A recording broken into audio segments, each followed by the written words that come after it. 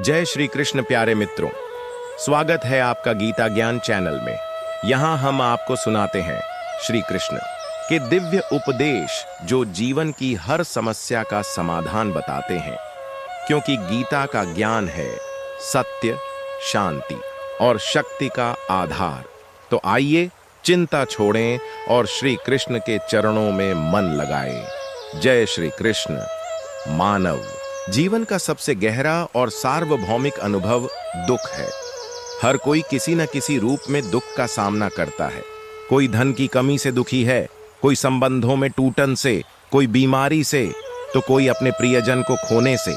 दुख से बच पाना असंभव है, क्योंकि यह जीवन के चक्र का स्वाभाविक हिस्सा है।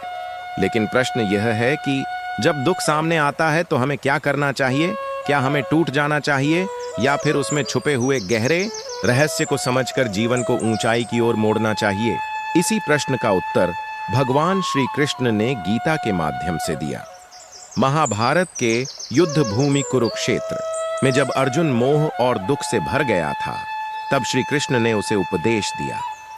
अर्जुन अपने स्वजनों को देखकर रो पड़ा, हथियार छोड़ दिए और बोला, हे केशव, मैं इस युद्ध को नहीं लड़ सकता। अपने ही बंधु बांधवों को मारकर मुझे क्या सुख मिलेगा? उस समय अर्जुन का मन दुख से भर चुका था। यही वह क्षण था जब श्री कृष्ण ने गीता का उपदेश दिया और दुख के असली कारण और उसके समाधान की गहराई को समझाया। श्री कृष्ण कहते हैं कि दुख का मूल कारण है अज्ञान और मोह। जब हम अपने आप को शरीर मानते हैं, जब हम यह सोचते हैं कि यह संबंध, यह धन, यह पद ही हमारा सब कुछ है, तभी दुख हमें घेर लेता है। जब यह सब छिन जाता है तो हम टूट जाते हैं। लेकिन यदि हम स्वयं को आत्मा के रूप में पहचाने, जो नित्य, शाश्वत और अविनाशी है, तब कोई भी परिस्थिति हमें स्थायी दुख नहीं दे सकती। गीता में श्री कृष्ण अर्जुन से कहते हैं, अशोच्या नन्वशोचस्त्वं प्रज्ञावादांश्च भाष्ये गतासु न गतासुओश्च नानु शोचन्ति पंडिता। अर्थात जिनके लिए शोक करना उचित नहीं है, उनके लिए तुम शोक कर रहे हो और पंडितों की तरह वचन बोलते हो, किंतु ज्ञानी जन न तो जीवित के लिए शोक करते हैं और न मृत के लिए। यह श्लोक दुख की जड़ को काटता है। मनुष्य जिसको अपना मानता है, उसी के खोने पर दुखी होता है, किंतु आत्मा किसी की नहीं होती और न ही आत्मा को कोई मार सकता है। आत्मा जन्म नहीं लेती और मृत्यु को प्राप्त नहीं होती। जब यह सत्य समझ में आता है, तब दुख का प्रभाव धीरे धीरे कम होने लगता है। अब प्रश्न उठता है कि हम अपने जीवन में दुख को कैसे समझें और उससे मुक्ति कैसे पाएं। श्री कृष्ण कई उपाय बताते हैं। 1. दुख का कारण समझना। दुख इसलिए आता है क्योंकि हमारी इच्छाएं पूरी नहीं होती। इच्छा ही दुख का बीज है। जितनी बड़ी अपेक्षा उतना बड़ा दुख। गीता कहती है कि जो व्यक्ति अपनी इच्छाओं पर नियंत्रण पा लेता है, वही दुख से मुक्त होता है। 2. दुख को अवसर मानना। श्री कृष्ण कहते हैं कि जीवन में आने वाला हर दुख हमें मजबूत बनाने के लिए आता है। जिस प्रकार अग्नि में तप कर सोना और अधिक शुद्ध हो जाता है, उसी प्रकार कठिनाइयां और दुख हमें और अधिक परिष्कृत करते हैं। दुख स्थायी नहीं है, दुख और सुख दोनों अस्थाई हैं। गीता में श्री कृष्ण कहते हैं, मात्रा स्पर्शास्तु कौन्तेय शीतोष्ण सुखदुः खदा आगमा पाइनो नित्यास्तान स्थितिक्षस्व। भारत अर्थात हे अर्जुन, इंद्रियों के संपर्क से जो शीत और उष्ण सुख और दुख होते हैं, वे अनित्य हैं, आते हैं और चले जाते हैं। इन्हें धैर्यपूर्वक सहन करना चाहिए। अयन आत्मा की शाश्वतता को पहचानना। जब मनुष्य यह समझ लेता है कि वह शरीर नहीं बल्कि आत्मा है, तब मृत्यु का दुख भी उसे हिला नहीं सकता। आत्मा न कभी जलती है, न कटती है, न ही नष्ट होती है। आत्मा के इस सत्य को जान लेने से सभी दुख हल्के लगने लगते हैं। कर्तव्य को सर्वोपरि मानना। श्री कृष्ण अर्जुन से कहते हैं कि अपने कर्तव्य से भागना ही असली दुख है। यदि हम कठिनाइयों से डरकर अपने धर्म और कर्म से विमुख हो जाएं तो वही सबसे बड़ा संकट है। दुख में भी अपने कर्तव्य का पालन करना ही सच्चा समाधान है। भक्ति का मार्ग जब मनुष्य दुख से घिरा होता है तब मन अनियंत्रित हो जाता है, लेकिन भक्ति से मन को शांति मिलती है। श्री कृष्ण कहते हैं, मन मना भव मद भक्तो मध्याजी मान नमस्कुरु, अर्थात मन को मुझ में लगाओ, मेरे भक्त बनो, मेरी पूजा करो और मुझे नमस्कार करो। ऐसा करने से तुम निश्चित ही शांति और मुक्ति को प्राप्त करोगे। संतुलन बनाए रखना, दुख और सुख दोनों ही जीवन में आएंगे, लेकिन जो व्यक्ति संतुलन बनाए रखता है वही स्थिर रहता है। श्री कृष्ण कहते हैं कि सच्चा योगी वही है जो दुख और सुख दोनों को समान भाव से देखे। निष्कर्ष पार्ट 1 का श्री कृष्ण हमें यह सिखाते हैं कि दुख कोई शाप नहीं बल्कि जीवन का शिक्षक है। यह हमें यह याद दिलाता है कि हम स्थायी चीजों से नहीं बल्कि अस्थायी चीजों से चिपके हुए हैं। जब हम आत्मा के सत्य को समझते हैं, इच्छाओं पर नियंत्रण रखते हैं और भक्ति व कर्तव्य के मार्ग पर चलते हैं, तब दुख हमें तोड़ता नहीं बल्कि हमें और महान बना देता है। दुख का स्वरूप और मनुष्य की सोच श्री कृष्ण ने गीता में स्पष्ट कहा है कि दुख और सुख दोनों अस्थाई हैं। जैसे ऋतुएं आती जाती रहती हैं, वैसे ही जीवन में सुख और दुख भी आते जाते रहते हैं। मनुष्य की सबसे बड़ी भूल यही होती है कि वह दुख को स्थायी मान लेता है और उससे घबरा जाता है, जबकि सत्य यह है कि दुख केवल एक परीक्षा है। यह हमें मजबूत बनाने आया है। जब अर्जुन युद्ध भूमि में खड़ा था, उसके सामने अपने ही परिजन, गुरु और मित्र खड़े थे। वह दुखी हो गया और उसके हाथ कांपने लगे। उसने श्री कृष्ण से कहा, मुझे यह युद्ध नहीं करना, मैं अपने ही लोगों को कैसे मार सकता हूं। यह स्थिति हर इंसान के जीवन में आती है जब वह अपने कर्तव्य और भावनाओं के बीच फंस जाता है। उस समय दुख हमें तोड़ता है, लेकिन कृष्ण ने अर्जुन को समझाया कि यह शरीर नाशवान है, आत्मा अमर है। जिसको तुम अपना मानकर रो रहे हो, वास्तव में वह आत्मा है और आत्मा को कोई मार नहीं सकता। यह उपदेश केवल अर्जुन के लिए नहीं था बल्कि समस्त मानव जाति के लिए था। जब भी जीवन में दुख आए, हमें याद रखना चाहिए कि आत्मा अजर अमर है और दुख केवल अस्थाई अनुभव है। दुख का कारण आसक्ति और कामना गीता में श्री कृष्ण बताते हैं कि दुख का मूल कारण आसक्ति, अटैचमेंट और कामना, डिजायर है। जब हम किसी वस्तु, व्यक्ति या परिणाम से जुड़ जाते हैं तो उसके खोने या न मिलने पर हमें पीड़ा होती है। जब हमारी इच्छाएं पूरी नहीं होती तो हम दुखी हो जाते हैं। जब पूरी हो जाती हैं तब भी नए भय उत्पन्न होते हैं कि यह सुख कब छिन जाएगा। श्री कृष्ण ने कहा, कामना से क्रोध उत्पन्न होता है, क्रोध से मोह, मोह से स्मृति भ्रम और स्मृति के नाश से बुद्धि का विनाश होता है। बुद्धि का नाश हो जाए तो मनुष्य विनाश की ओर बढ़ता है। इसका अर्थ यह है कि दुख बाहर से नहीं आता बल्कि हमारे भीतर की वासनाओं और अपेक्षाओं से पैदा होता है। यदि मनुष्य अपनी इच्छाओं पर नियंत्रण कर ले तो दुख स्वतः कम हो जाता है। दुख से निपटने का उपाय संभाव, इक्वानिमिटी, गीता के सबसे बड़े उपदेशों में से एक है संभाव। श्री कृष्ण ने कहा, सुख दुख, लाभ हानि, जीत हार सब में समान रहो। इसका मतलब यह नहीं कि मनुष्य दुख को महसूस न करे बल्कि यह कि वह दुख से टूटे नहीं। संभाव का अभ्यास करने का अर्थ है कि हमें जीवन की हर परिस्थिति को एक अवसर के रूप में देखना चाहिए। सुख मिले तो अहंकार न हो, दुख मिले तो निराशा न हो, हार मिले तो हिम्मत न टूटे, जीत मिले तो दूसरों का तिरस्कार न करें। जिस व्यक्ति ने संभव को जीवन में उतार लिया वह दुख को दुख मानकर परेशान नहीं होता बल्कि उसे सीख समझकर स्वीकार करता है। दुख और कर्म का संबंध श्री कृष्ण ने कर्म को दुख से बाहर निकलने का सबसे सशक्त साधन बताया है। जब मनुष्य निष्काम कर्म करता है, यानी बिना फल की चिंता किए केवल अपने कर्तव्य पर ध्यान देता है, तो दुख उसे छू नहीं सकता। अर्जुन को भी यही शिक्षा दी गई थी कि तुम्हारा कर्तव्य केवल कर्म करने का है, फल पर तुम्हारा अधिकार नहीं। यदि मनुष्य हर काम इस भाव से करे कि वह केवल अपना धर्म निभा रहा है, तो असफलता पर दुख नहीं होगा और सफलता पर अहंकार नहीं आएगा।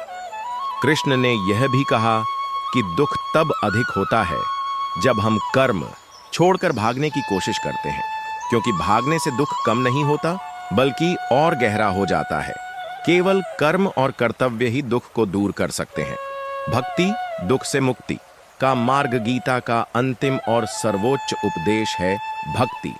श्री कृष्ण कहते हैं, मुझ में मन लगाओ, मुझ में भक्ति करो, मेरा स्मरण करो। जब मनुष्य अपने समस्त दुख मेरे चरणों में अर्पित कर देता है, तब मैं स्वयं उसका भार उठा लेता हूं। भक्ति का अर्थ केवल पूजा पाठ नहीं है, बल्कि यह है कि मनुष्य अपने हर कर्म में भगवान को देखे। जब मनुष्य भगवान को अपना सच्चा मित्र मान लेता है, तब वह किसी भी दुख में अकेला नहीं होता।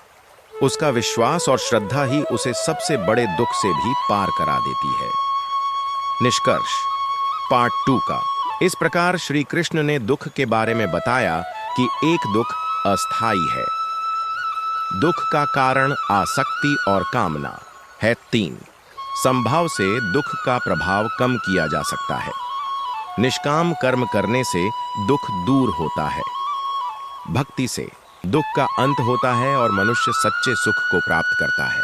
मनुष्य का सबसे बड़ा दुख तब बढ़ जाता है जब वह अपने दुख को ही अपनी पहचान बना लेता है। श्री कृष्ण कहते हैं कि यदि हम यह मान बैठें कि मैं दुखी हूं, मैं असफल हूं, मैं टूटा हुआ हूं, तो यह अहंकार का ही एक रूप है। दुख को स्वीकार करना आवश्यक है, पर उसे अपनी आत्मा पर स्थायी लेबल बना लेना यह अज्ञान है। गीता में श्री कृष्ण ने अर्जुन को यही समझाया कि युद्ध भूमि में खड़े होकर मैं असहाय हूं, मैं नहीं कर सकता कहना केवल आत्मा को कमजोर बनाना है। श्री कृष्ण ने कहा, मात्रा स्पर्शास्तु कौन्तेय शीतोष्ण सुख दुखदा आगमापायनो नित्यास्तान स्थितिक्षस्व भारत। अर्थात सुख और दुख दोनों ही क्षणिक हैं, वे आते हैं और चले जाते हैं। जिस प्रकार गर्मी और सर्दी का मौसम स्थायी नहीं होता, उसी प्रकार जीवन में सुख और दुख भी स्थायी नहीं रहते। इसलिए मनुष्य को चाहिए कि वह धैर्य पूर्वक उन्हें सहन करे। यहाँ से एक महत्वपूर्ण शिक्षा निकलती है, धैर्य ही दुख का पहला इलाज है। दुख के समय मनुष्य अक्सर तुरंत परिणाम चाहता है, तुरंत समाधान चाहता है, परंतु कृष्ण कहते हैं कि धैर्य रखो, क्योंकि जो दुख आज तुम्हें असहनीय लग रहा है, वही समय के साथ धुंधला हो जाएगा। इसके बाद श्री कृष्ण का दूसरा उपदेश है, कर्म ही समाधान है। यदि हम दुख में बैठकर रोते रहें तो दुख और बढ़ता है, पर जब हम कर्म में लग जाते हैं, जब हम कार्य करना शुरू कर देते हैं, तो हमारा ध्यान दुख से हटकर कर्म में चला जाता है। गीता में कहा गया है, कर्मण्येवाधिकारस्ते मां फलेषु कदाचन। अर्थात तुम्हारा अधिकार केवल कर्म करने में है, फल पर नहीं। दुख का सबसे बड़ा कारण है कि हम फल की अपेक्षा करते हैं, और जब वह फल हमारी इच्छा के अनुसार नहीं मिलता तो हम दुखी हो जाते हैं। उदाहरण के लिए, यदि कोई विद्यार्थी पूरी मेहनत से पढ़ाई करता है और फिर भी परीक्षा में अपेक्षित अंक नहीं लाता, तो वह दुखी हो जाता है। लेकिन श्री कृष्ण कहते हैं कि यदि उसने ईमानदारी से कर्म किया है तो उसका कर्म व्यर्थ नहीं जाएगा। शायद उस समय फल अलग था, पर भविष्य में वही मेहनत किसी और अवसर में उसे सफल बनाएगी। श्री कृष्ण का अगला उपदेश है, आसक्ति दुख का मूल कारण है। जब हम किसी व्यक्ति, वस्तु या परिस्थिति से अत्यधिक आसक्त हो जाते हैं, तो उसके छूटने पर हमें गहरा दुख होता है। गीता में कहा गया है, आसक्ति ही मुक्ति का मार्ग है। जब हम सब कुछ भगवान को समर्पित कर देते हैं, तब हमें दुख नहीं होता।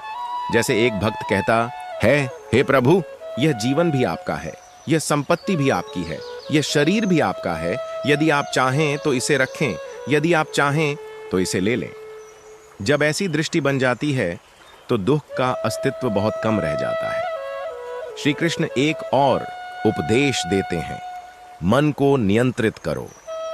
दुख का अधिकांश भाग मन से पैदा होता है। बाहर की घटनाएं केवल एक छोटी सी चिंगारी होती है, परंतु मन उसे बड़ा बनाकर आग में बदल देता है। यदि कोई हमारा अपमान कर दे तो अपमान केवल कुछ क्षण का होता है, परंतु यदि मन उस अपमान को बार बार याद करता है तो दुख कई वर्षों तक चलता रहता है। इसलिए कृष्ण कहते हैं, योगस्था कुरु कर्माणि, अर्थात मन को संतुलित करके कर्म करो। इसके साथ ही गीता में कहा गया है कि जो व्यक्ति समभाव में स्थित होता है उसे दुख प्रभावित नहीं करता। जैसे कोई संत कहता है कि मेरे पास कुछ नहीं है और मुझे किसी चीज की कमी भी नहीं है। यह स्थिति तभी आती है जब व्यक्ति अपने भीतर के आत्मा स्वरूप को पहचान लेता है। आत्मा न जन्म लेती है, न मरती है, न उसे आग जला सकती है, न पानी भिगो सकता है। यदि आत्मा अमर है तो फिर हमें किसी भी अस्थायी दुख से क्यों डरना चाहिए। श्री कृष्ण का यह भी कहना है कि सेवा और भक्ति से दुख दूर होते हैं। जब हम दूसरों के दुख कम करते हैं तो हमारा अपना दुख छोटा हो जाता है। जब हम ईश्वर की भक्ति में डूब जाते हैं तो सांसारिक दुख महत्वहीन हो जाते हैं। जैसे एक दीपक जलने के बाद अंधकार को मिटा देता है, उसी प्रकार भक्ति का प्रकाश दुख के अंधकार को मिटा देता है। दुख की गहराई केवल बाहरी परिस्थितियों से नहीं आती, बल्कि मन की स्थिति से उपजती है। श्री कृष्ण ने गीता में बार बार यही समझाया कि जीवन में जितना बड़ा दुख सामने खड़ा दिखता है, उतना ही बड़ा अवसर भी उसमें छिपा होता है। एक साधारण इंसान उस अवसर को देख ही नहीं पाता, क्योंकि वह अपने दुख में डूबकर केवल शिकायत करता है। लेकिन जिसने गीता का उपदेश सुना है, जिसने कृष्ण के शब्दों को आत्मसात किया है, वह हर कठिनाई में छिपे हुए ज्ञान के बीज को पहचान लेता है। यही बीज आगे चलकर आत्मिक शक्ति और जीवन की सच्ची प्रगति का मार्ग खोलते हैं। श्री कृष्ण कहते हैं कि दुख का पहला कारण है अज्ञान, अविद्या। जब मनुष्य अपने को केवल शरीर मानता है, आत्मा को नहीं पहचानता, तब उसके लिए हर छोटा दुख भी पहाड़ जैसा लगने लगता है। अगर शरीर बीमार हो जाए तो वह सोचता है कि मैं ही बीमार हूं। अगर धन खो जाए तो सोचता है कि मैं ही खो गया। लेकिन जिसने आत्मा का ज्ञान पाया, उसने जान लिया कि आत्मा न कभी जन्म लेती है, न कभी मरती है, न कभी दुखी होती है। तब दुख केवल शरीर और मन की सतह पर सीमित रह जाता है और आत्मा शांति में स्थित रहती है। गीता में कृष्ण ने अर्जुन से कहा, हे पार्थ, जो सुख दुख, लाभ हानि, जय पराजय में सम रहता है, वही सच्चा ज्ञानी है। इस श्लोक का गहरा अर्थ यही है कि दुख को जीवन का अभिन्न हिस्सा मानकर स्वीकार करना ही मुक्ति की पहली सीढ़ी है। जो दुख से भागता है वह और ज्यादा दुखी होता है, लेकिन जो उसे समझकर उसका सामना करता है वह धीरे धीरे दुख के पार चला जाता है। दुख और कर्म का संबंध श्री कृष्ण बताते हैं कि दुख का दूसरा बड़ा कारण है कर्म के फल की आसक्ति। जब हम कर्म करते हैं लेकिन फल पर अत्यधिक निर्भर रहते हैं, तब फल न मिलने पर हम दुखी हो जाते हैं। उदाहरण के लिए, अगर किसान बीज बोते समय यही सोचता रहे कि फसल अवश्य ही लहलहाएगी और यदि किसी कारण से वर्षा कम हो जाए तो उसकी उम्मीद टूट जाएगी। लेकिन अगर वही किसान कर्म करते समय केवल अपने प्रयास पर ध्यान दे और परिणाम को ईश्वर पर छोड़ दे, तब उसका मन दुख से प्रभावित नहीं होगा। कृष्ण ने कहा, कर्मण्येवाधिकारस्ते मा फलेषु कदाचन, अर्थात तुझे केवल कर्म करने का अधिकार है, फल पर नहीं। मोह और दुख का तीसरा कारण है मोह। जब मनुष्य किसी व्यक्ति, वस्तु या परिस्थिति से अति आसक्त हो जाता है, तब उस चीज का खोना उसे असहनीय पीड़ा देता है। कृष्ण ने समझाया कि मोह एक ऐसा जाल है जिसमें फंसकर इंसान स्वयं को ही बांध लेता है।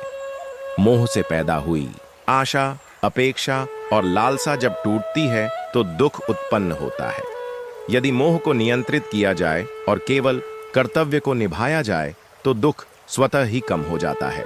भक्ति से दुख का निवारण गीता का सबसे बड़ा संदेश है। भक्ति से दुख का समाधान।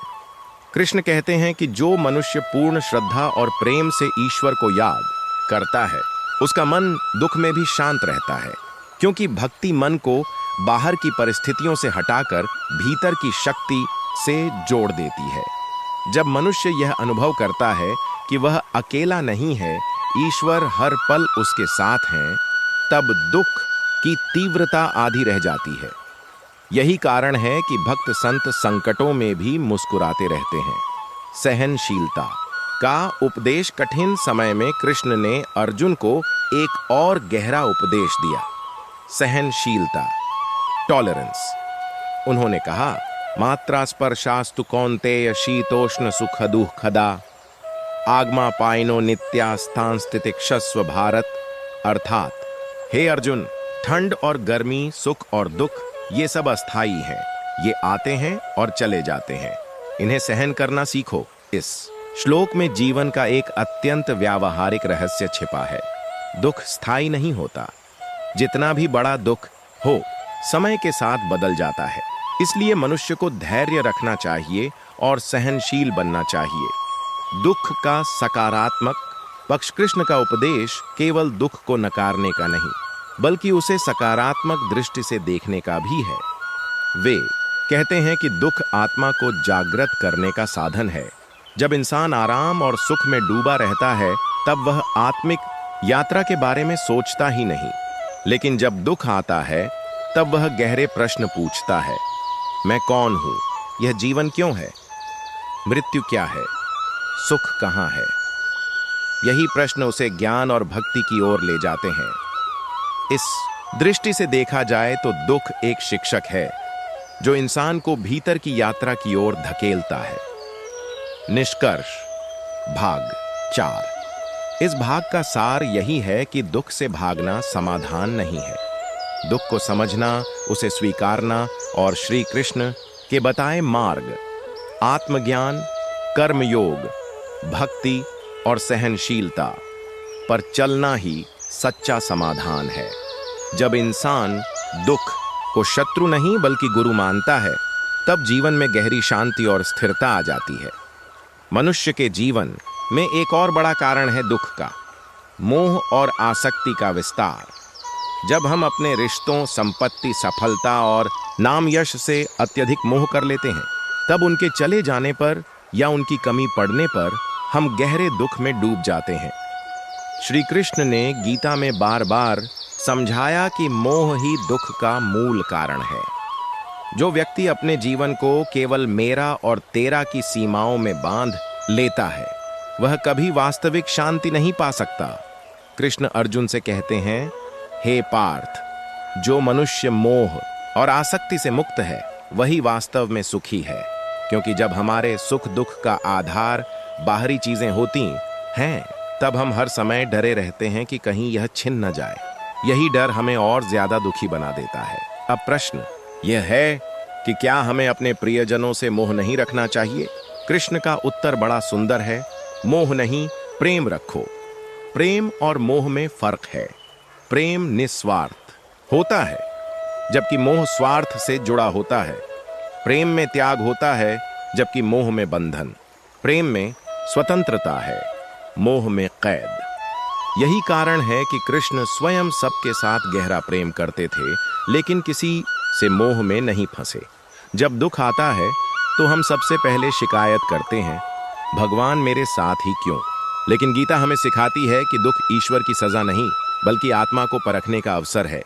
जैसे सोने को परखने के लिए उसे आग में डाला जाता है, वैसे ही आत्मा को मजबूत बनाने के लिए जीवन में दुख दिए जाते हैं।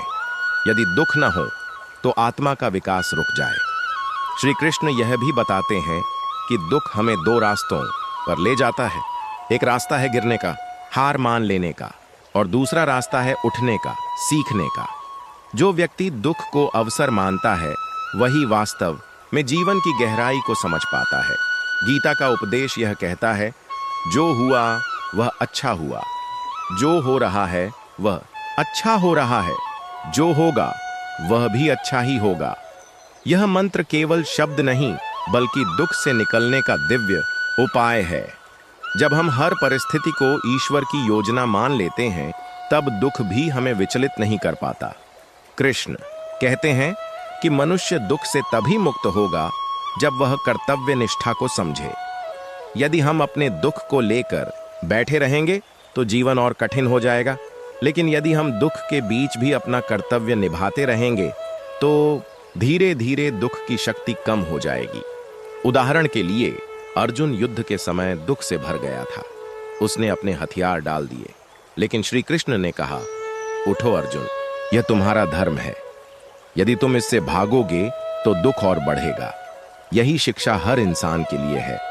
कठिन समय में बैठकर रोने से कुछ नहीं होगा, बल्कि सक्रिय होकर कर्तव्य निभाने से ही मुक्ति मिलेगी। कृष्ण के उपदेश में एक और अद्भुत बिंदु है, संग का प्रभाव। जब हम दुखी होते हैं तो हम या तो अकेलेपन में डूब जाते हैं या फिर गलत संगति पकड़ लेते हैं। लेकिन कृष्ण कहते हैं, दुख के समय उत्तम संग का सहारा लो, संतों का, ज्ञानियों का, गीता का। गलत संग दुख को और बढ़ा देता है, लेकिन सही संग आत्मा को सहारा देता है। आज की आधुनिक जिंदगी में यह शिक्षा बहुत प्रासंगिक है।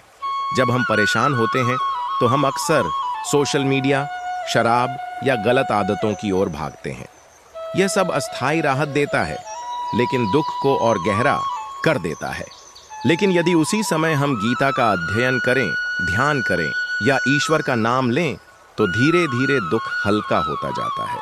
श्री कृष्ण यह भी समझाते हैं कि दुख और सुख दोनों ही अस्थायी हैं। जो व्यक्ति इस सत्य को जान लेता है, वह कभी दुख में डूबता नहीं और सुख में उछलता नहीं। जीवन का संतुलन यही है, न सुख में अति प्रसन्न होना और न दुख में अति निराश होना। यही स्थिति स्थित प्रज्ञ कहलाती है। अंत में कृष्ण का सबसे बड़ा उपदेश है, समर्पण करो।